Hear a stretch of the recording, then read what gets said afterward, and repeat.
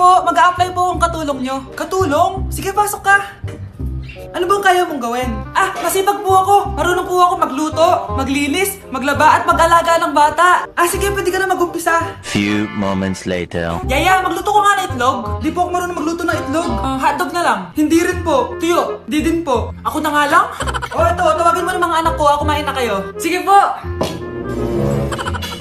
Hanep di ka na nga nagluto. Ang dami pang kinain. Sorry po, gutom lang po talaga ako. O siya, alis muna ako Maglinis ka dyan. Pakainin mo mga anak ko Few moments later. Ba't ang kalat? Tapos yung mga plato di pa nahugasan. Nay, gutom na po ako, Nay. Tapos yung anak ko di pa kumakain.